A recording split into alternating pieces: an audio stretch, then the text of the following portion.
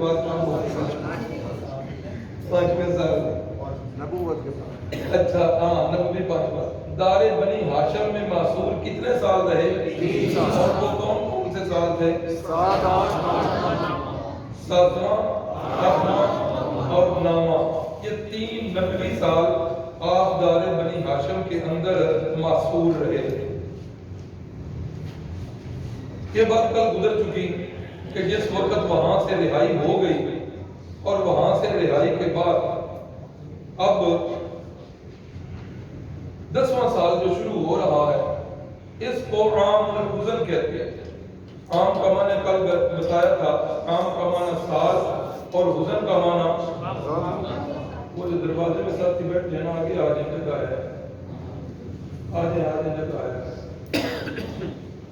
عام الحزن کی غم کا سال ہے۔ اس سال رسول اللہ صلی اللہ علیہ وسلم کو بہت بڑے 2 غم جو ہیں وہ لاحق ہوئے۔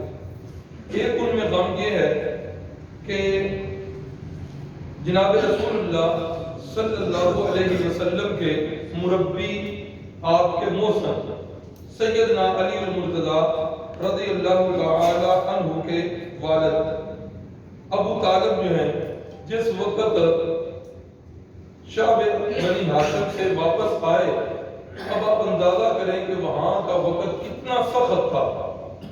ایک تو بڑھاپا کچھ غالب اور دوسرا وہاں جتنے حالات کٹن تھے، دشوار تھے، جتنے فاقے کرنا پڑے، تو وہاں سے جس وقت واپس ہوئے ہیں اس وقت کمزوری کا غلبہ آ گیا اور اسی کمزوری کے اندر ان کی وفات ہو گئی، اور یہ 10واں سال ہے نبوی کا۔ اور اس کمزوری کے اندر جو ان کی وفات ہوئی تو وفات سے پہلے جناب رسول اللہ صلی اللہ علیہ وسلم ان کے پاس گئے اور جا کر وہاں دعوت اسلام پیش کی کہ چچا جان آپ ایک دفعہ کلمہ پڑھ لیں تاکہ قیامت والے دن میں اللہ کے حضور آپ کی سفارش کر سکوں اور گواہی دے سکوں۔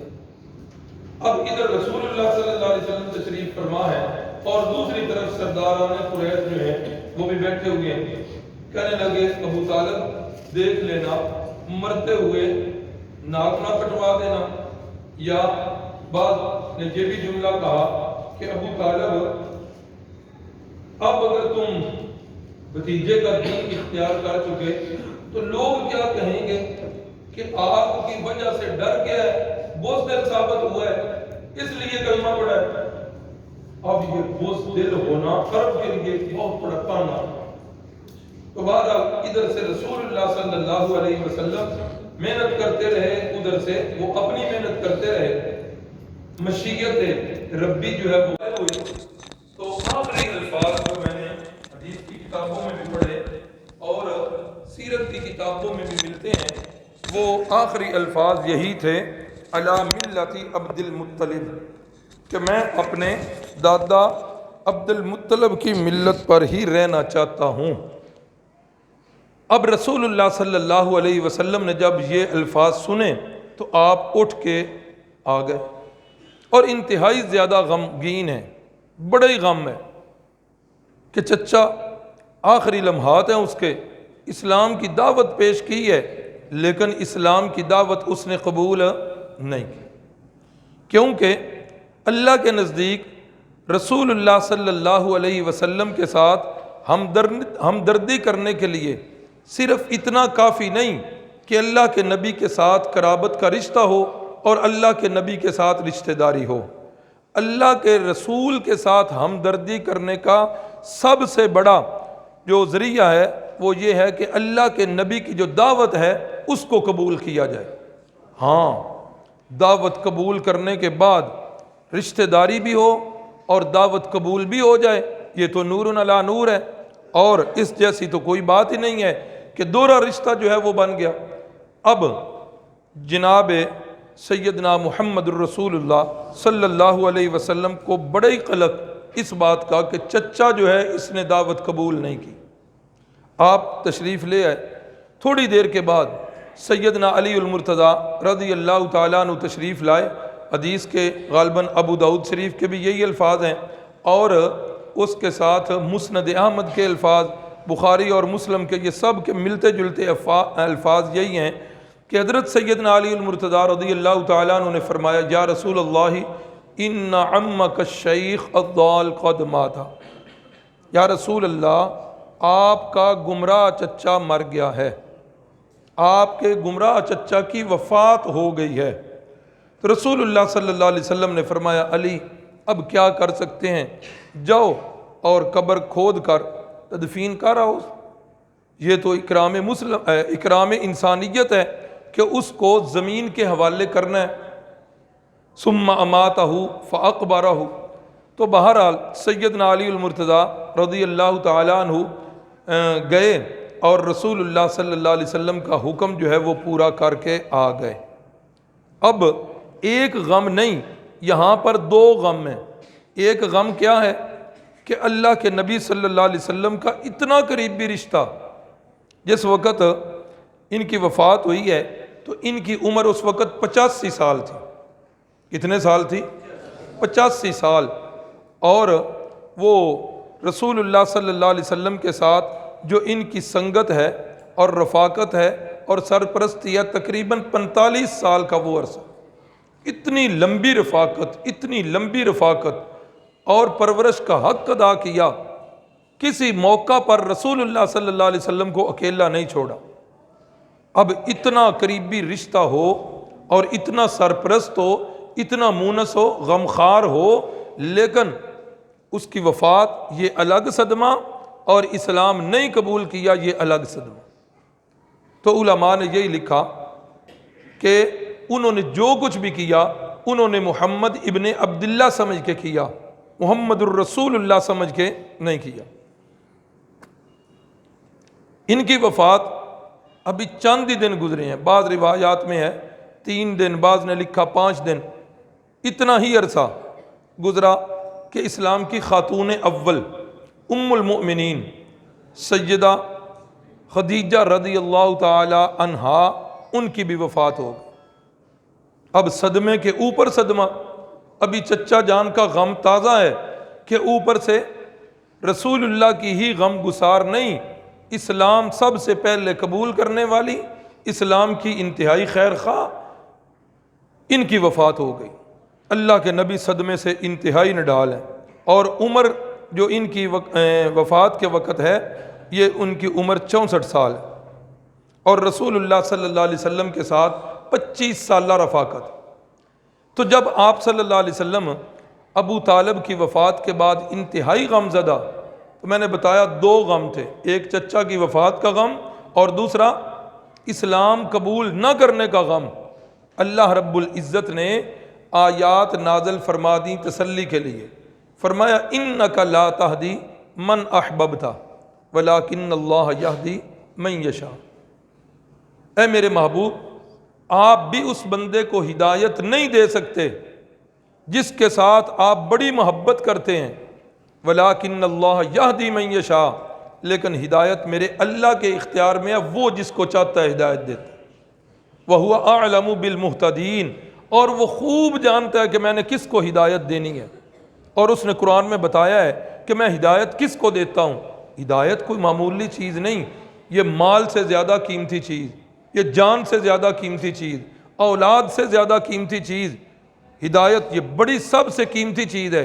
اللہ نے بتایا ہدایت میں کسے دیتا ہوں، فرمایا کہ وَيَهْدِي إِلَيْهِ مَنْ أَنَابَ وَيَهْدِي إِلَيْهِ مَنْ يُنِيبُ، میں ہدایت اس کو دیتا ہوں جس کے دل کے اندر ہدایت کی طلب اور تڑپ ہوتی۔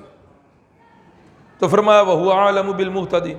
رسول اللہ صلی اللہ علیہ وسلم کی زبان مقدس سے ایک جملہ نکلا کہ میں اس وقت تک اپنے چچا جان کے لیے دعائے بخشش کرتا رہوں گا جب تک اللہ مجھے منع نہیں کریں۔ آیت دوسری نازل ہو گئی، 11واں پارہ، فرمایا کہ ما کان للنبی والذین آمنوا ان یستغفروا للمشرکین، کسی نبی کے لائق اور مناسب نہیں ہے یہ بات، اور نہ کسی ایمان والے کے لیے مناسب ہے۔ کون سی بات؟ ان یستغفروا للمشرکین، کہ وہ کسی مشرک کے لیے بخشش کی دعا کرے، نہ کسی نبی کے لائق نہ کسی ایمان والے کے لائق کہ وہ بخشش، میں مشرک کی بخشش کے لیے دعا کریں۔ اگلے الفاظ توجہ دلانا چاہوں گا، اگلے لفظ ہیں وَلَوْ كَانُوا أُولِي قُرْبَى، وہ مرنے والا مشرک کتنا قریبی رشتہ داری کیوں نہ ہو، اس کے لیے بخشش کی دعا کرنے کی اجازت قرآن کا حکم۔ 11واں پارہ ہے۔ اب ایک لمحے کے لیے یہاں رکوں گا۔ ہمارے ماحول اور معاشرے کے اندر منکرین قرآن بھی پائے جا رہے ہیں، منکرین حدیث بھی پائے جا رہے ہیں، صحابہ اکرام کا بغض دلوں میں پالنے والے وہ بھی پائے جا رہے ہیں، اللہ کے سجدوں کے ساتھ ساتھ قبروں پر سجدے کرنے والے بھی پائے جا رہے ہیں۔ اور ہماری حالت کیا ہے؟ جس وقت ان میں سے کسی کی موت آ جائے کہتے ہیں کیا کریں جی، بازار کا دکاندار تھا، ساتھی تھا، گلی محلہ ایک تھا، برادری ہے جی، کیا کریں؟ اب ایک طرف برادری ہو، محلے داری ہو، بازار کا ساتھی ہو، ایک طرف یہ ساری چیزیں ہیں اور دوسری طرف اللہ کے قرآن کا فیصلہ ہے، اب ترازو آپ کے ہاتھ میں ہے۔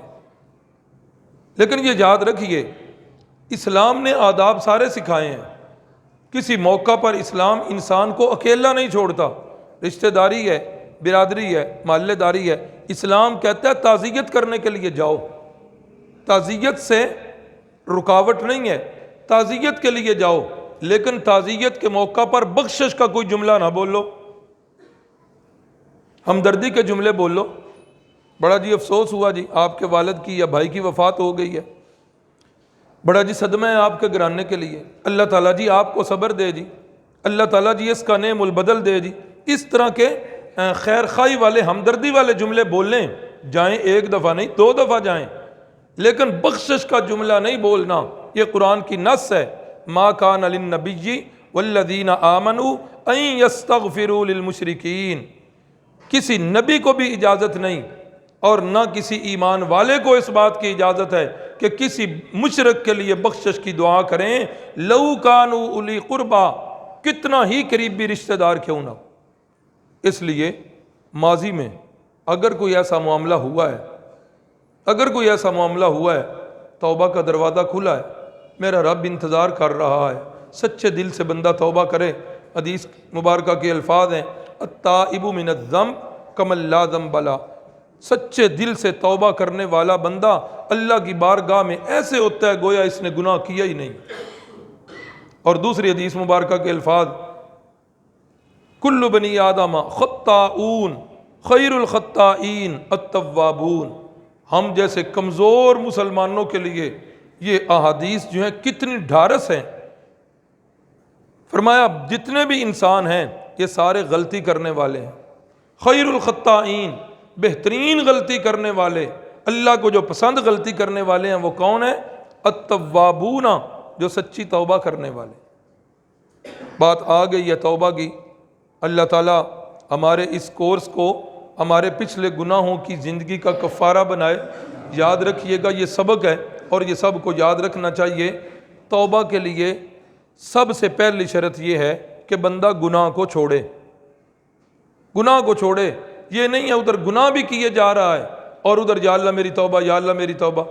میرے سودی اکاؤنٹ کھلے ہوئے ہیں بینکوں کے اندر، میں نے انشورنس کروائی ہوئی ہے، میں نے بیمے کروائے ہوئے ہیں اور کہتا ہوں یا اللہ توبہ، ایسی توبہ نہیں۔ توبہ کی پہلی شرط کیا ہے کہ گناہوں کو چھوڑے، اور دوسری شرط یہ ہے جو کیا ہے اس پر شرمندگی اختیار کرے کہ مولا جو کچھ اب تک مجھ سے ہوا ہے میں نے غلط کیا ہے، مولا اس کو تو معاف کر۔ 2 شرطیں ہو گئی۔ تیسری شرط آئندہ اس گناہ کو نہ کرنے کا مصمم ارادہ کر لے کہ مولا پچھلے گناہ تو معاف کر دے، آئندہ میں گناہ نہیں کروں، ارادہ کر لے۔ ہاں اللہ اکبر، ارادہ کر لے، یعنی جب میں توبہ کر رہا ہوں ارادہ ہو یا اللہ آئندہ نہیں کروں گا۔ ہاں ارادہ اور نیت یہی تھی کہ نہیں کرنا، لیکن بتقاضۂ بشری پھر گناہ ہو گیا ہے، پھر دوبارہ توبہ کر لوں۔ لیکن توبہ کرتے وقت اگر یہ نیت ہوگی اچھا پچھلے کی میں توبہ کر لوں پھر کروں گا، پھر توبہ کر لوں گا، یہ بھی توبہ اللہ کو قبول نہیں۔ تو یہ 3 شرطیں ملحوظ رہیں۔ نمبر 1 گناہ چھوڑ دے، نمبر 2 شرمندگی اختیار کرے، اور نمبر 3 نہ کرنے آئندہ نہ کرنے کا پختہ ارادہ۔ اور چوتھی شرط، اگر وہ گناہ حقوق العباد سے متعلق ہے، میں نے کسی کا حق کھایا ہوا ہے، تو جب تک اس کا حق دوں گا نہیں یا اس سے معاف نہیں کرواؤں گا تب تک توبہ قبول نہیں ہوگی۔ بہرحال جی یہ باتیں جو ضروری آ گئیں بتا دیں۔ تو یہ ام المؤمنین حضرت خدیجۃ الکبریٰ، اسلام کی غم گسار، رسول اللہ صلی اللہ علیہ وسلم کی سب سے پہلی بیوی، اور جب تک یہ آپ کے عقد میں رہی ہیں رسول اللہ صلی اللہ علیہ وسلم نے کسی اور بیوی کے ساتھ نکاح نہیں کی، اور یہ وہ خوش نصیب بیوی ہیں جن سے رسول اللہ صلی اللہ علیہ وسلم کی ساری اولاد سوائے سیدنا ابراہیم رضی اللہ تعالیٰ عنہ کے، وہ جو آخری بیٹے تھے وہ حضرت ماریہ قبطیہ کے بطن سے، اور ان کے علاوہ جتنی اولاد ہے وہ ساری ام المؤمنین حضرت خدیجۃ الکبریٰ کے بطن سے ہوئی۔ وہ یاد آ گئی ہوگی حدیث اماں جی عائشہ جو فرماتی ہیں کہ ایک دفعہ تذکرے گھر میں اکثر ہوتے رہتے تھے، ان کی وفات کے بعد گھر میں کوئی چیز توفتاً آ جاتی، گھر میں کوئی پک جاتی، تو رسول اللہ صلی اللہ علیہ وسلم اس میں سے برتنوں میں ڈال کے فرماتے جاؤ یہ خدیجہ کی فلاں سہیلی کو دے کے آؤ، جاؤ یہ خدیجہ کی فلاں سہیلی کو دے کے آؤ، خدیجہ کی فلاں سہیلی کو دے کے آؤ۔ یہ بھی سن لیجئے مسئلہ، والدین فوت ہو جائیں ان کے ایصال ثواب کے لیے جہاں اور کئی چیزیں ہیں نا، وہاں ایک چیز یہ بھی ہے کہ والد کے دوستوں کے ساتھ اس نے سلوک کیا جائے، والدہ کی سہیلیوں کے ساتھ اچھا برتاؤ اور اچھا سلوک کیا جائے، تو یہ ان کے لیے ایصال ثواب کا ذریعہ ہے۔ اللہ اکبر۔ تو اماں جی فرماتی ہیں ایک دفعہ میں نہ رہ سکی، میں نے کہا یا رسول اللہ آپ خدیجہ کی ہر موقع پر خدیجہ کی بات کرتی ہیں، بارش آ گئی، تھوڑا سا ان کو آگے کر لیں، پھٹیوں کو جتنی گنجائش ہے آگے کر لیں، ادھر سے بھی ذرا آگے کر لیں، تھوڑا سا ادھر کریں نا، ادھر کریں آگے کر کے تو پھر ان کو آگے کر لیں، ساتھی اندر آ جائیں جی، جگہ بن جائے گی اللہ نے چاہا تو۔ امیر شریعت سید عطاء اللہ شاہ صاحب بخاری کے بارے میں بزرگوں سے سنا ہوا ہے، یہاں حافظ آباد کا ہی واقعہ سنا ہوا ہے۔ شاہ جی غالباً اس وقت یہ پرانی گلہ منڈی میں بیان فرما رہے تھے، تو دوران بیان بارش آ گئی، اندھیری شروع ہو گئی، تو شاہ جی نے فرمایا اللہ وہ بھی تیری رحمت ہے، جو کچھ ہم کر رہے ہیں یہ بھی تیری رحمت ہے، اے اللہ اب تیرے جی میں جو آتا ہے وہ رحمت برسے کہ یہ رحمت برسے۔ بتانے والے بتاتے ہیں کہ جمع غفیر تھا، بہت بڑا اجتماع، امیر شریعت کا بیان تھا، تو بارش جو ہے وہ تھم گئی تھی۔ بہرحال ہم وہ تو نہیں دعا کریں گے، نہ ہم اس قابل اور نہ جو ہے نا وہ حالات، اب تو حالات کا تقاضا ہے بارش کا، بہرحال جی اللہ کی رحمت ہے۔ تو عرض یہ کر رہا تھا، اماں جی نے کہا یا رسول اللہ وہ بڑھیا سی خاتون جس نے 2 شوہر پہلے ہنڈا لیے تھے اور تیسرے نمبر پہ آپ سے شادی کر رہی ہیں، بڑھاپے کی حدوں کو چھو رہی ہیں، 40 سال ان کی عمر ہے، پیچھے سے بھی اولاد لے کے آئی ہیں، آپ پر تو کڑیل جوانی تھی، 25 سال عمر مبارک تھی، تو اس عمر کے اندر اگر اس نے آپ کے ساتھ نکاح کر لیا تو کون سا اس نے کمال کیا، آپ ابھی تک اس کو بھول ہی نہیں رہے۔ اللہ اکبر۔ رسول اللہ صلی اللہ علیہ وسلم غصے میں آ گئے، فرمایا عائشہ تم نہیں جانتی ہو، خدیجہ ہی تھی، خدیجہ ہی تھی، خدیجہ کے مثل کوئی نہیں ہے۔ فرمایا جس وقت لوگوں نے مجھے جھٹلایا تھا خدیجہ نے اس وقت اسلام قبول کیا تھا، لوگ مجھے تنگ کرتے تھے، خدیجہ میری حوصلہ افزائی کرتی تھی، لوگوں نے اپنے مال کے دروازے میرے اوپر بند کر دیے تھے، خدیجہ نے اپنا سارا مال میرے قدموں میں نچھاور کر دیا تھا۔ خدیجہ کے کیا کہنے جی۔ تو اسلام کی یہ خاتون اول رسول اللہ صلی اللہ علیہ وسلم کی اور اسلام کی انتہائی غم گسار یہ بیوی، اور پہلی بیوی بندے کی کہتے ہیں پہلی محبت ہوتی ہے، تو یہ کتنا گہرا تعلق، تو یہ دونوں رشتے آگے پیچھے یہ جس وقت رخصت ہوئے تو رسول اللہ صلی اللہ علیہ وسلم انتہائی غم زدہ۔ اب یہ ایک تو جسمانی غم روحانی غم ہے کہ ان کی قرابت داروں سے جو ہے نا وہ ان کی وفات ہو رہی ہے، ایک اور بھی غم تھا ان دونوں کی وفات کے ضمن میں، وہ یہ کہ قریش جو ہے نا یہ بڑے ہی جھجکتے تھے ابو طالب سے، بڑے ہی ان کو جھجک تھی، آخر وہ اپنے قبیلے کے سردار جو تھے، اور حضرت خدیجۃ الکبریٰ جو ہے نا ان کی پیچھے سے رشتہ داریاں تقریباً ہر قبیلے کے ساتھ تھیں. بڑا حیا تھا ان دونوں شخصیتوں کا قریش کو، اور وہ رسول اللہ صلی اللہ علیہ وسلم کے خلاف کوئی سازش کرنے سے پہلے بھی کئی مرتبہ سوچا کرتے تھے. اب یہ دونوں ہستیاں جو اسباب کے درجے میں سہارا تھیں، یہ دونوں ہستیاں رخصت ہو گئیں. اللہ کے نبی اتنے غمگین کہ سیرت نگاروں نے اس 10ویں سال کا نام عام الحزن رکھ دیا کہ یہ انتہائی غم والا سال. اللہ اکبر اللہ اکبر. اب یہ 10ویں سال کا واقعہ کہ جس وقت رسول اللہ صلی اللہ علیہ وسلم نے، سر کو آگے آنے دیں، آ جائیں، آگے ہے جگہ، تشریف لے آئیں. جس طرح والد صاحب پورے شہر کے استاد تھے شعبہ حفظ میں، اس طرح ہمارے یہ محترم سار عمران حبیب صاحب یہ بھی پورے شہر کے استاد ہیں. جی اللہ ان کو مزید عزت نصیب فرمائے. اچھا، عرض یہ کر رہا تھا کہ رسول اللہ صلی اللہ علیہ وسلم کا ارادہ بنا کہ مکے سے اب باہر نکل کر تبلیغ کو تھوڑا سا وسعت دی جائے. اس کے لیے آپ نے انتخاب کیا سب سے پہلے سفر کا طائف کی طرف. طائف کا مکہ سے فاصلہ تقریباً 50 میل کے فاصلے پر ہے، اور طائف کا اور مکے کا جغرافیہ بڑا مختلف ہے. مکے کی تو پتھریلی زمین ہے، چٹیل پہاڑ ہے. طائف کا علاقہ انتہائی زرخیز علاقہ ہے، بڑا ہی زرخیز علاقہ، اور وہاں کے لوگ، ان کے بڑے باغات تھے، کھجوروں کے باغات تھے، انگوروں کے باغات تھے، اور قریش جو ہے ان کے ساتھ طائف والوں کی بڑی قرابتیں تھیں. قریش آیا جایا بھی کرتے تھے، اور دوسری بات قریش کے بہت سارے لوگوں کے مکے اور طائف کے رستے کے اندر باغات بھی تھے.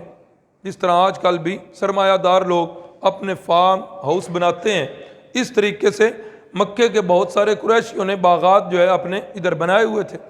تو رسول اللہ صلی اللہ علیہ وسلم کا یہ ارادہ بنا کہ اب مکے سے باہر نکل کر طائف والوں کو جا کر تبلیغ کی جائے. طائف کے اندر 2 قبیلے جو تھے نا، وہ بڑے قبیلے تھے. ایک بنو ثقیف کا قبیلہ اور دوسرا بنو حوازن کا قبیلہ. یہ وہاں کے بڑے بڑے قبیلے تھے. رحمت کائنات صلی اللہ علیہ وسلم تشریف لے گئے. وہاں ایک قبیلہ احلاف تھا. بڑے تو یہ 2 قبیلے تھے، آگے ان کی مزید شاخیں تھیں. ایک شاخ تھی احلاف. احلاف قبیلہ جو تھا نا، اس کے سردار کے 3 بڑے بیٹے تھے. رحمت کائنات صلی اللہ علیہ وسلم کا ارادہ بنا کہ پہلے ان 3 جو سردار ہیں ان کو دعوت دی جائے. ایک کا نام لکھا ہوا ہے عبد یالیل، اور دوسرے کا نام مسعود، اور تیسرے کا نام حبیب. رسول اللہ صلی اللہ علیہ وسلم کے اس سفر میں آپ کے منہ بولے بیٹے حضرت زید جو ہیں وہ آپ کے ساتھ ہیں. اور رسول اللہ صلی اللہ علیہ وسلم جس وقت ان کے پاس پہنچے، انہیں دعوت اسلام دی. انہوں نے دعوت اسلام بھی نہیں قبول کی، اور آگے سے انتہائی زیادہ غلیظ قسم کی بکواس کی. ایک نے کہا کہ اللہ نے کعبے کا غلاف پھاڑنے کے لیے تجھے ہی منتخب کیا ہے، نعوذ باللہ معاذ اللہ. دوسرے نے یہ بکواس کی کہ جس بندے کے پاس سواری نہیں ہے، سوار ہونے کے لیے، سفر کے لیے سواری نہیں، اللہ کو یہی بندہ ملا ہے نبی بنانے کے لیے. اللہ نبی بناتے تو کسی بڑے سردار کو نبی بناتے. اور تیسرے نے یہ بکواس کی، اس نے کہا بھئی اٹھ کے چلا جا، میں تیرے سے بات کرنا ہی جو ہے نا پسند نہیں کر، اس لیے کہ اگر تو سچا نبی ہے تو تجھے میں جھٹلاؤں گا تو مجھے اللہ کا ڈر ہے، اور اگر نعوذ باللہ معاذ اللہ تو اس کے برعکس ہے جھوٹا تو اب میری زبان پر نہیں آ سکتا. اور کوشش بھی کرنی چاہیے کہ اگر اس کے برعکس معاملہ ہے تو پھر کسی جھوٹے بندے سے میں بات ہی نہیں کر سکتا، لہذا اٹھ کے چلا جائے. تو رسول اللہ صلی اللہ علیہ وسلم نے انہیں فرمایا اچھا میری دعوت تو تم نے ٹھکرا دی ہے، لیکن ایک میری درخواست ہے، وہ یہ ہے کہ جو باتیں تمہارے اور میرے درمیان ہوئی ہیں نا، ان باتوں کا ذکر آگے اپنی قوم کے ساتھ نہ کرنا. اس کی وجہ، ایک وجہ تو یہ ہے، عربی کا مقولہ ہے الناس علی دین ملوکہم، لوگ اپنے بادشاہوں کے دین پر ہوتے ہیں. جس وقت تم لوگوں کو بتاؤ گے، طائف کے لوگوں کو، کہ یہ ہمارے پاس آئے ہیں، ہم نے دعوت کو ٹھکرایا ہے، تو آگے لازمی ہمارا وہ بھی دعوت کو ٹھکرائیں گے. اور دوسرا کہ یہ بات اگر آپ سے نکلی تو یہ میرے مکے تک قریش کو پہنچے گی، اور وہاں کیا ہوگا، وہ اور زیادہ جو ہے مجھے تنگ کریں گے، تانے دیں گے، اس لیے میری اور آپ کے درمیان جتنی باتیں ہوئی ہیں ان باتوں کو آپ نے کسی کے سامنے ذکر نہیں کرنا۔ لیکن انہوں نے کیا کیا، انہوں نے وہ ساری باتیں جو ہیں آگے لوگوں کو بتا دی۔ ایک کتاب کے اندر مجھے یہ بات ملی ہے کہ وہاں رسول اللہ صلی اللہ علیہ وسلم 10 دن تک رہے۔ سفر کتنا لمبا ہے جی، مکے سے طائف کا فاصلہ کتنا، اور یہ 50 میل، یہاں سے گجرانوالہ 50 کلومیٹر ہے میرا خیال ہے، اور 50 میل اس سے بھی آگے سفر، اور یہ سارا سفر پیدل ہو رہا ہے، اور دین کی نسبت سے ہو رہا ہے، دین کے لیے پیدل سفر۔ آج ہمیں بھی سوچنا ہوگا کہ دین کے لیے ہمارے سفر، میری زندگی میں کتنے سفر دین کی نسبت سے ہوئے ہیں۔ یہ اللہ کے نبی کی سنت ہے نا، اتنا لمبا جو سفر کر رہے ہیں۔ تو 10 دن وہاں رہے، مختلف لوگوں کے پاس جاتے رہے، اور لوگ دعوت کو ٹھکراتے رہے۔ جس وقت انہوں نے دیکھا کہ ایسے جان نہیں یہ چھوڑے گا، ان بدماشوں نے اوباش لڑکوں کو رسول اللہ صلی اللہ علیہ وسلم کے سامنے پیچھے لگا دی، اور انہوں نے کیا کیا، انہوں نے پھر پتھروں سے اپنی جولیاں بھر لیں اور تاک تاک کر رسول اللہ صلی اللہ علیہ وسلم کو مار دیا۔ اور اللہ کے نبی صلی اللہ علیہ وسلم حضرت زید رضی اللہ تعالیٰ عنہ بڑی جانثاری کی، جس طرف نظر پڑتی کہ پتھر آ رہا ہے ادھر آگے خود کو کر دیتے، کبھی آگے کبھی پیچھے کبھی دائیں کبھی بائیں۔ 3 جگہ سے حضرت زید رضی اللہ تعالیٰ عنہ کا سر مبارک پھٹا، 3 جگہ سے خون کے فوارے نکلے۔ رسول اللہ صلی اللہ علیہ وسلم نڈھال ہو کر بیٹھتے ہیں، وہ ظالم بدماش اور اوباش آپ کی جو بغلیں مبارک ہیں ان کے اندر اپنے ہاتھ رکھ کے اٹھا کر ایک دھکے دیتا ہے اور دوسرے پھر پتھر مارنے شروع کر دیتے ہیں۔ اتنا جسم لہو لہان، گلاب کی پتیوں سے نازک میرے نبی پاک صلی اللہ علیہ وسلم کا بدن مبارک اتنا لہو لہان ہوا، اتنا لہو لہان کہ سیرت کی کتابوں میں ملتا ہے کہ لہو جسم مبارک سے رس رس کر جوتوں کے اندر پہنچا، اور جوتے جو ہیں وہ بھی جم گئے تھے۔ اور ایک جگہ یہ بھی لکھا ہوا کہ رسول اللہ صلی اللہ علیہ وسلم بیچارے بے ہوش ہو گئے تھے، اور حضرت زید رضی اللہ تعالیٰ عنہ نے چھینٹے مار مار کے حضرت زید نے اپنی کمر پر اٹھایا اور پھر ایک باغ کے اندر لے گئے، اور اس باغ کے اندر جا کر چھینٹے مار مار کر رسول اللہ صلی اللہ علیہ وسلم کو ہوش دلا۔ اماں جی، جن کی شادی تو نکاح تو بعد میں ہوا، اماں جی روایت کرتی ہیں کہ میں نے پوچھا ایک دن کہ یا رسول اللہ صلی اللہ علیہ وسلم، یہ احد کے جنگ کے بعد کی بات کرتی ہیں کہ یا رسول اللہ احد کا دن تو بڑا ہی سخت دن تھا، اور واقعی بڑا سخت دن تھا۔ وہ جو اتنی بڑی اللہ نے فتح دی تھی، اتنے میں عارضی طور پر وہ شکست سے بدلی، اگرچہ اس شکست میں بھی بڑی حکمتیں تھیں، وہ ایک اپنی جگہ بحث آ جائے، لیکن مسلمانوں کا نقصان کتنا ہوا، 70 کے قریب مسلمان جو ہے وہ شہید ہو گئے، رسول اللہ صلی اللہ علیہ وسلم کے دندان مبارک زخمی ہو گئے، آپ صلی اللہ علیہ وسلم کی زرہ مبارک جو ہے اس کی کڑیاں رخسار مبارک کے اندر پیوست ہو گئیں، اور سگے چچا سیدنا حمزہ رضی اللہ تعالیٰ عنہ جی جو رسول اللہ صلی اللہ علیہ وسلم کے والد ماجد کے مشابہ تھی، جن کی شکل مبارک، فرمایا کرتے تھے جب میں اپنے ابا جی کی یاد آتی، والد محترم کی یاد آتی تو چچا حمزہ کو دیکھ لیا کرتے۔ لوگوں نے بتایا ہوا تھا کہ ان کی شکل آپ کے ابا جان حضرت عبداللہ سے ملتی ہے، تو میں والد کی یاد ستاتی تو چچا کو دیکھ لیا کرتا تھا۔ تو جناب سیدنا امیر حمزہ کی شہادت، اتنی بڑی تکلیفیں اور مصیبتیں، تو میں نے پوچھا، اماں جی فرماتی ہیں میں نے پوچھا یا رسول اللہ احد کے دن سے بڑا سخت بھی کوئی دن آیا آپ کی زندگی میں؟ فرمایا ہاں عائشہ، احد سے بھی بڑا سخت دن وہ طیف والا دن تھا، بڑا ہی سخت دن تھا۔ پھر رسول اللہ صلی اللہ علیہ وسلم نے وہ سارے واقعات سنائے، اور سنا کر فرمایا عائشہ جس وقت میں نڈال ہو کر گرا تو اچانک دیکھتا ہوں کہ میرے اوپر بادل کا سایہ ہے، میں نے اپنا چہرہ اٹھایا، دیکھا تو سامنے جبریل امین کھڑے تھے، اور جبریل امین نے سلام کیا، اور سلام کے بعد کہا یا رسول اللہ رب العزت نے میرے ساتھ یہ پہاڑوں والا فرشتہ بھیجا ہے، جس کی ڈیوٹی پہاڑوں کے اوپر لگی ہوئی ہے، اور یہ فرشتہ اللہ نے میرے ساتھ بھیجا ہے۔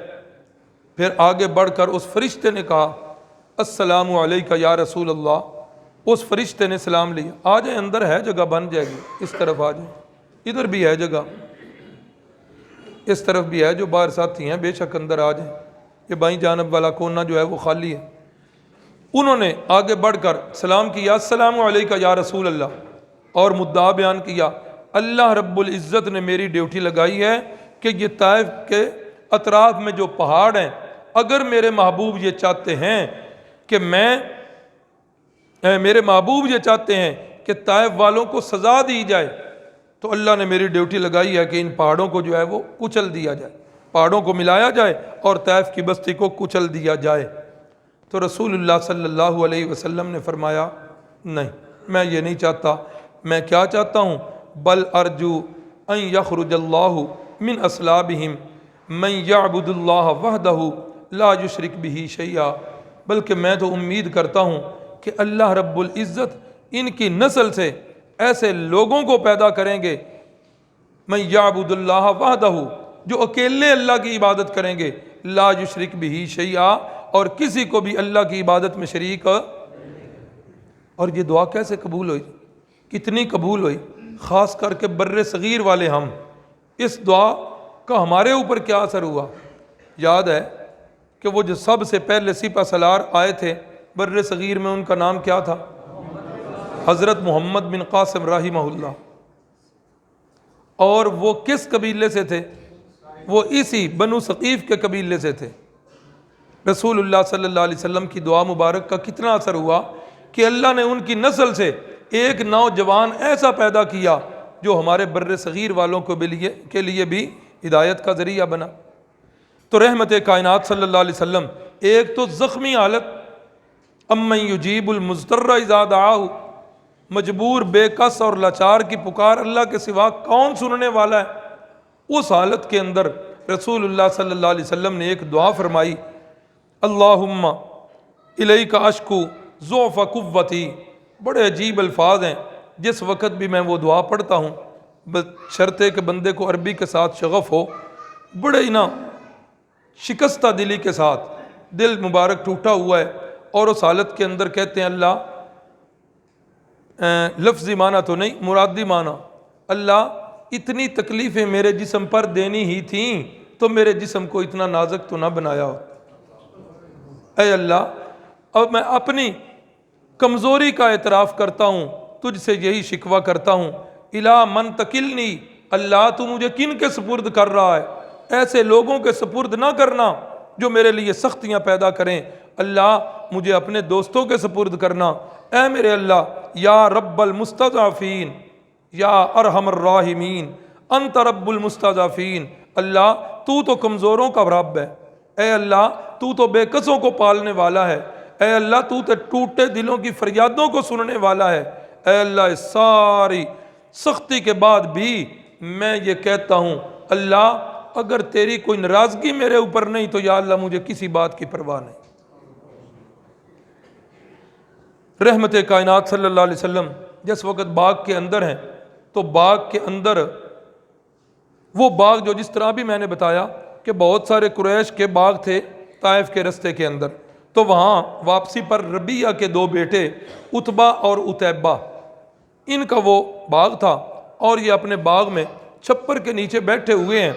رسول اللہ صلی اللہ علیہ وسلم کو اور حضرت زید کو دیکھا، آخر خون خون ہی ہوتا ہے، آج کل تو ہمارے خون بھی سفید ہو گئے، خون کی وہ رمق تھی، نہ رہ سکے، اپنے غلام کو بلایا اور غلام کو بلا کے کہنے لگے کہ یہ انگوروں کے اور کھجوروں کے لے جاؤ، انگوروں کے خوشے لے جاؤ، وہ جو سامنے بندے بیٹھے ہیں نا، جا کر ان کو پیش کر دو اور ہماری طرف سے انہیں دے دو، ہیں تو وہ ہمارے ہی خون، ٹھیک ہے انہوں نے دین بدل لیا ہے لیکن اب جو حالت ہے وہ ہم سے دیکھی نہیں جا رہی، جاؤ دے آؤ۔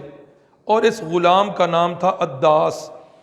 یہ میرا جو چھوٹا بیٹا ہے نا، یہ اس کی پیدائش سے چند دن پہلے یہی واقعہ نظر سے گزر رہا تھا، تو اسی وقت ذہن یہ بنایا کہ اللہ نے اگر بیٹا دیا تو اس کا نام عداس رکھیں گے، تو اس کا نام محمد عداس اسی نسبت سے رکھا کہ یہ بھی ایک میرے آقا کے غلام تھے، اللہ ہم سب کو سچا غلام بنا دے۔ تو یہ عداس نام کا غلام جس وقت آیا، اس نے وہ چیزیں پیش کی، رسول اللہ صلی اللہ علیہ وسلم کی سنت مطہرہ تھی کہ آپ صلی اللہ علیہ وسلم نے بسم اللہ پڑھ کے شروع کی، فرمایا بسم اللہ الرحمن الرحیم۔ عداس جو ہے چونکا، کہنے لگا ہاں یہ الفاظ یہاں تو رائج نہیں اس خطے کے اندر، یہاں کے لوگ تو کہتے ہیں بسم اللہ والعزیٰ، یہ تو لات اور عزیٰ کے نام سے شروع کرتے تھے۔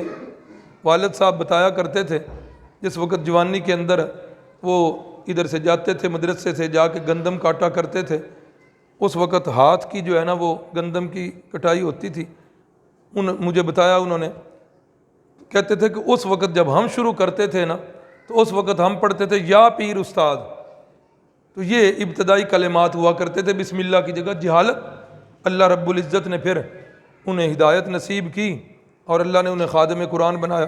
تو عداس جو ہے وہ چونکے کہنے لگے یہ بسم اللہ کے الفاظ یہاں رائج نہیں ہیں اس علاقے میں۔ آپ نے پوچھا آپ کس علاقے سے ہو؟ کہنے لگا میں تو نینوا کے علاقے کا ہوں۔ آپ صلی اللہ علیہ وسلم نے فرمایا نینوا؟ اچھا وہ حضرت یونس علیہ السلام کی بستی، اب تو اس کی آنکھیں کھلیں کان چار، یونس علیہ السلام آپ کیسے انہیں جانتے ہیں؟ فرمایا یونس علیہ السلام میرے بھائی تھے، وہ بھی اللہ کے نبی تھے، میں بھی اللہ کا نبی ہوں۔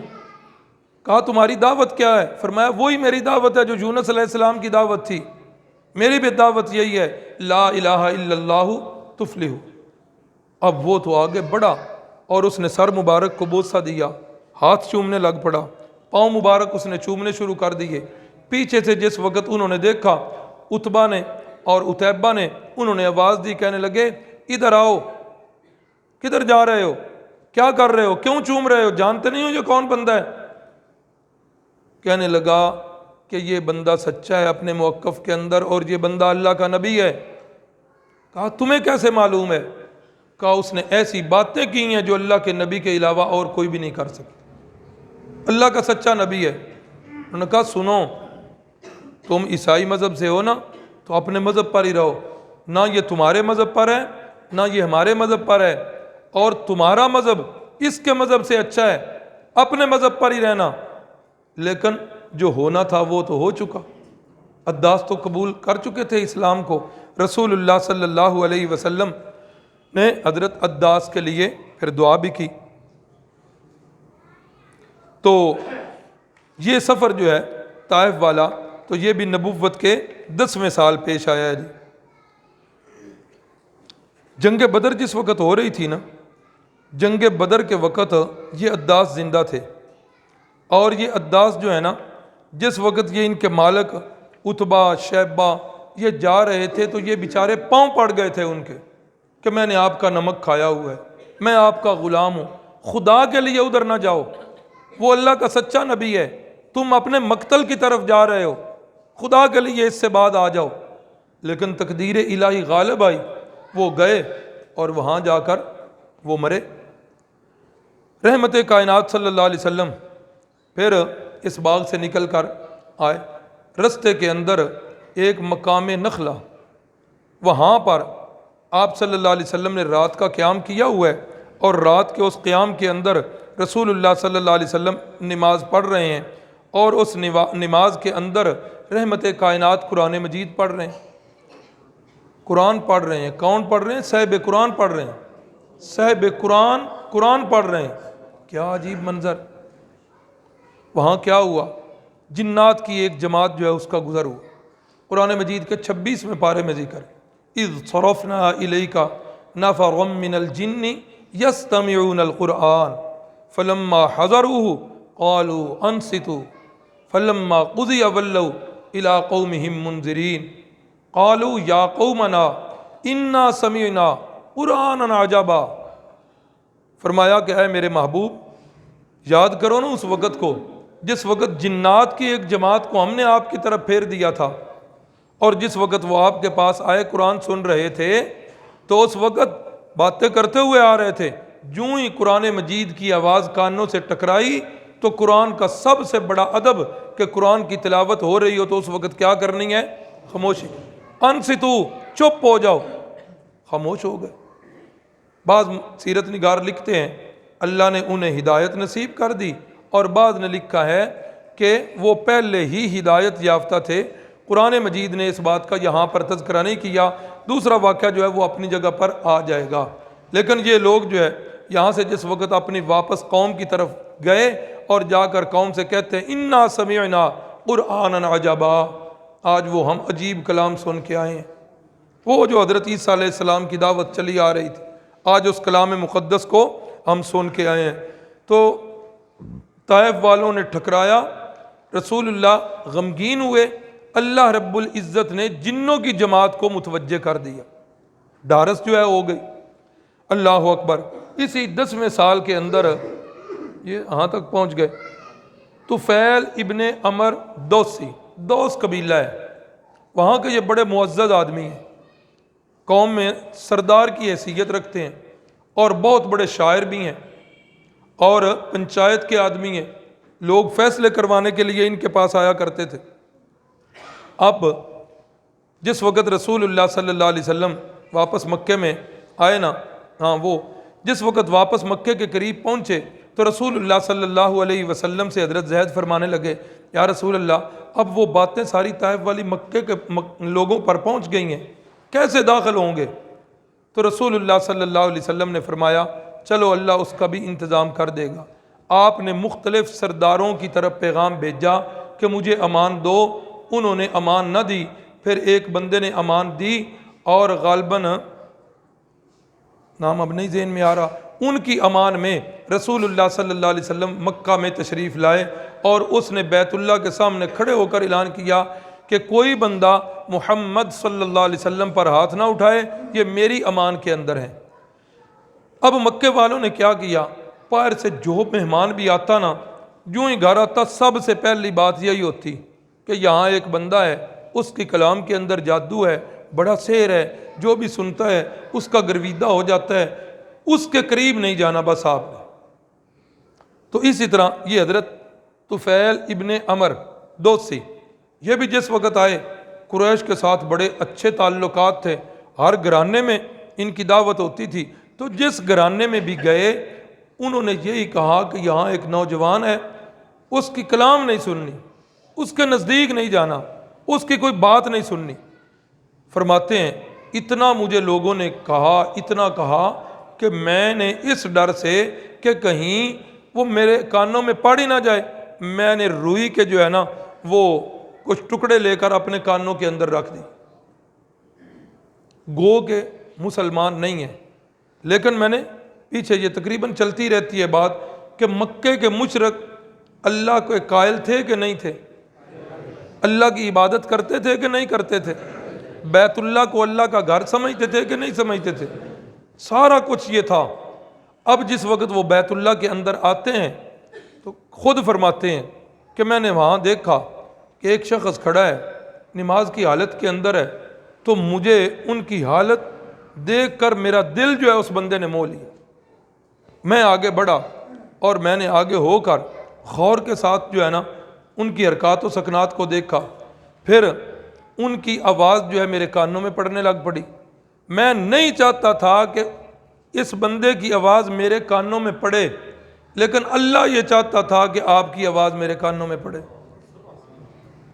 خود فرما رہے ہیں نا بعد میں اسلام لانے کے بعد کہ یا رسول اللہ میں نہیں چاہتا تھا کہ آپ کی آواز میرے کانوں میں پڑے، لیکن اللہ چاہتا تھا کہ آپ کی آواز میرے کانوں میں پڑے۔ پھر ایسا ہی ہوا، فرماتے ہیں کہ جس وقت یا رسول اللہ آپ وہاں سے فارغ ہوئے، خود فرما رہے ہیں کہ جس وقت اللہ کے نبی فارغ ہوئے تو میں بھی آپ کے ساتھ ساتھ چل پڑا۔ گھر میں جا کر میں نہ رہ سکا، میں نے کہا گو کہ مجھے ہر گھر نے یہی روکا ہے کہ آپ سے ملاقات نہ کی جائے، لیکن میں نے آپ کی کلام سنی ہے، میں بڑا متاثر ہوا ہوں، آپ کیا جو ہے وہ لے کے آئے ہیں، کوئی آپ اپنی دعوت پیش کریں۔ تو رحمت کائنات صلی اللہ علیہ وسلم نے قرآن مجید کی تلاوت سنائی۔ قرآن مجید کی تلاوت سنتے گئے تو حضرت طفیل ابن عمر دوسی جو ہیں وہ رضی اللہ تعالیٰ عنہ بن گئے، مشرف با اسلام ہو گئے۔ تو ان کے اسلام لانے کے بعد فرماتے ہیں میں نے کہا یا رسول اللہ مجھے جو ہے نا میرے لیے دعا کریں، جب میں اپنے قبیلے کی طرف جاؤں تو انہیں اسلام کی دعوت دوں، اجازت ہے؟ اور دعا بھی کریں۔ اجازت بھی مل گئی، دعا بھی کر دی۔ واپس جس وقت گئے فرماتے ہیں سب سے پہلے میں نے اپنی بیوی پر اسلام پیش کیا، پھر اپنے والدین پر اسلام پیش کیا۔ بیوی سے میں نے کہا کہ اگر تو ڈر رہی ہے کہ ہمارے معبود جو ہیں ہمارے بچوں کو کچھ نہ کر دیں تو اس بات سے بے فکر ہو جا، یہ کچھ بھی نہیں کر سکتے۔ اللہ اکبر۔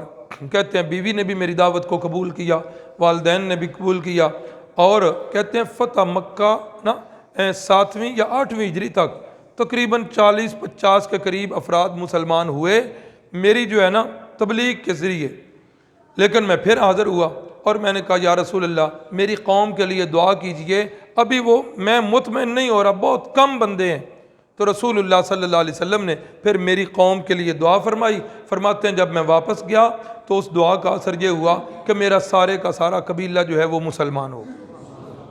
تو یہ ان کا اسلام یہ بھی نبوت کے 10ویں سال میں ہو رہا۔ تو وہ جو اللہ نے ابتدا میں یہ جو 2 غم والے واقعے دیے، قرآن مجید کی ایک چھوٹی سی صورت ہے 30ویں پارے کی، سورہ الم نشرح، اس کے اندر ایک آیت 2 دفعہ آتی ہے، ان مع العسر یسرا۔ ان مع العسر یسرا کا معنی کہ ہر تنگی کے ساتھ اللہ نے آسانی رکھی ہوئی۔ وہ یاد ہے مجھے 4تھے سال میں میرا خیال ہے ہماری وہ نور الانوار پڑھی جاتی ہے، تو وہاں ایک شعر تھا عربی کا، یاد پڑھ رہا ہے، اذا اشتدت بک البلوی ففکر فی الم نشرا، کہ جس وقت تو مصیبتوں میں گھر جائے، پریشانیاں تیرے اوپر آ جائیں، تو اس وقت کیا کر، ففکر فی الم نشرا، اس وقت الم نشرا کا معنی اور تفسیر پڑھ اور اس میں غور و فکر کر۔ اذا اشتدت بک البلوی ففکر فی الم نشرا فعسر بین یسرین اذا فکرتہ ففرا۔ تو جس وقت تو سورت انشراح کو پڑھے گا نا تو وہاں تجھے ملے گا اللہ نے ایک پریشانی کو 2 آسانیوں کے اندر رکھا ہے، جہاں بھی ایک دکھ آئے گا ادھر اور ادھر اللہ تعالیٰ سکھ بھی دے دیں گے۔ ایک پریشانی 2 سہولتوں کا پیش خیمہ ہوتی ہے۔ کہتا ہے کہ جس وقت تو اس بات میں غور کرے گا تو پھر تو بڑا خوش ہو جائے گا۔ تو اللہ رب العزت نے وہ جو چیزیں ہوئیں اس کے بدلے کے اندر مقام نخلہ میں جنات کی آمد، حضرت طفیل ابن عمر دوسی رضی اللہ تعالیٰ عنہ ان کا اسلام قبول، اور اسی سال کے اندر رسول اللہ صلی اللہ علیہ وسلم نے حضرت سودا بنت زمعہ کے ساتھ دوسرا نکاح کیا۔ یہ دوسرا نکاح، چونکہ اسی سال میں ام المومنین کی وفات ہوئی ہے نا، اسی سال میں حضرت سودا بنت زمعہ کے ساتھ نکاح ہو رہا۔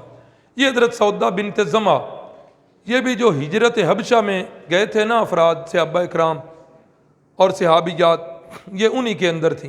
ایک روایت یہ ہے کہ ان کے خامد جو ہیں وہ حبشہ میں فوت ہو گئے تھے، اور دوسری روایت یہ ہے کہ واپس مکہ میں پہنچے تو فوت ہو گئے۔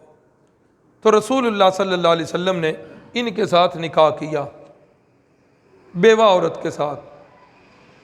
یار یہ ایک سنت ہم سے چھوٹ چکی ہے، معاشرے سے مفقود ہو گئی ہے، بیوہ عورتوں کے ساتھ نکاح کرنا، متعلقہ عورتوں کے ساتھ نکاح کرنا۔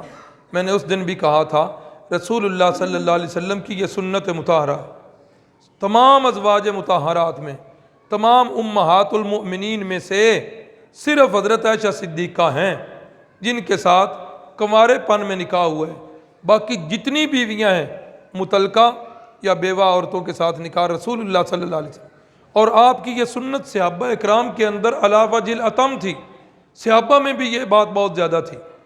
لیکن میرا خیال ہے چونکہ تقسیم ہند سے پہلے بہت عرصہ دراز تک ہم ہندوستان میں ہندوؤں کے ساتھ رہے ہیں، عرصہ دراز تک، تو بہت ساری آج ہماری رسم و رواج جو ہیں وہ بہت ساری ہندوؤں کے اندر سے آئی ہیں۔ وہ ایک کتاب مارکیٹ سے ملتی ہے، اس کا نام ہے تحفۃ الہند، ٹائٹل پہ ایک بات لکھی ہوئی ہے کہ اس کتاب کو پڑھ کر مولانا عبید اللہ سندھی رحمۃ اللہ تعالیٰ علیہ مسلمان ہوئے، اس کتاب کو پڑھ کر۔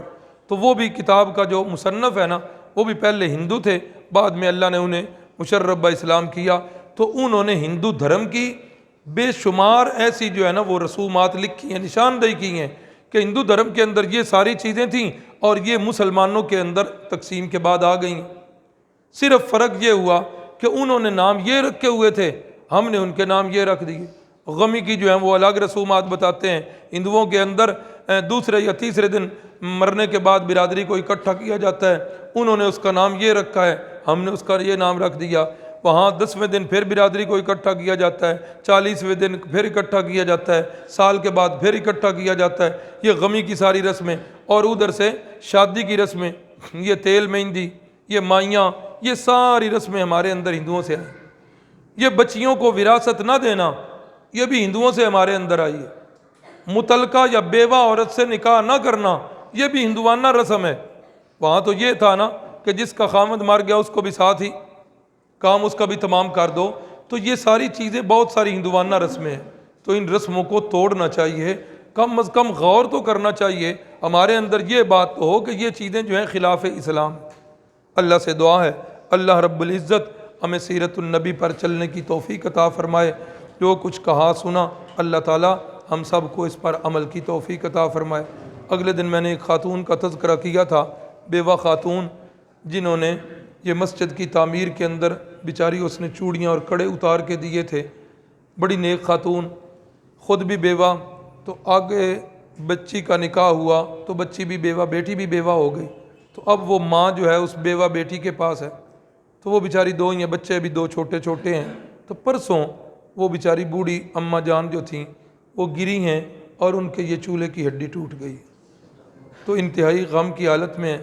تو ان کی بیٹی نے آپ سب سے یہ اپیل کی ہے کہ جتنے بھی میرے بھائی کورس میں آتے ہیں انہیں یہ اپیل کریں کہ اب بھی دعا کر دیں، بعد میں بھی جس وقت یاد آئے تو ان کو دعاؤں میں یاد رکھیں۔ اب ان بیچاریوں کا ظاہری سہارا، حقیقت میں تو سب کا سہارا اللہ ہی ہے نا، تو ظاہری سہارے جو ہیں ان بیچاریوں کے نہیں ہیں، دونوں ماں بیٹی کے۔ تو اللہ سے دعا کریں اللہ تعالیٰ ہماری اس ماں کو صحت کاملہ عاجلہ سے نوازے۔